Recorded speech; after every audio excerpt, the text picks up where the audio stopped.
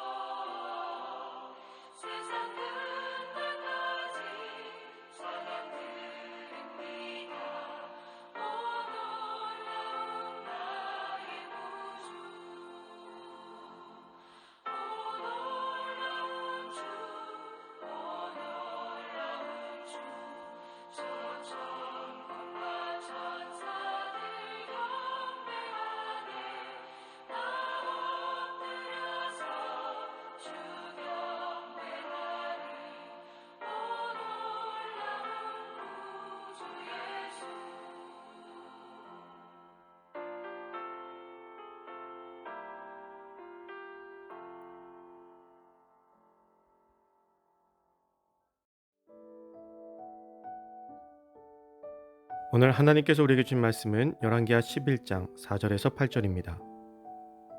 일곱째 해에 여호야다가 사람을 보내 가리 사람의 백부장들과 호위병의 백부장들을 불러 데리고 여호와의 성전으로 들어가서 그들과 언약을 맺고 그들에게 여호와의 성전에서 맹세하게 한 후에 왕자를 그들에게 보이고 명령하여 이르되 너희가 행할 것이 이러하니 안식일에 들어온 너희 중 3분의 1은 왕궁을 주의하여 지키고 3분의 1은 수루문에 있고 3분의 1은 호위대 뒤에 있는 문에 있어서 이와 같이 왕궁을 주의하여 지키고 안식일에 나가는 너희 중 2대는 여호와의 성전을 주의하여 지켜 왕을 호위하되 너희는 각각 손에 무기를 잡고 왕을 호위하며 너희 대열을 침범하는 모든 자는 죽이고 왕이 출입할 때에 시위할지니라.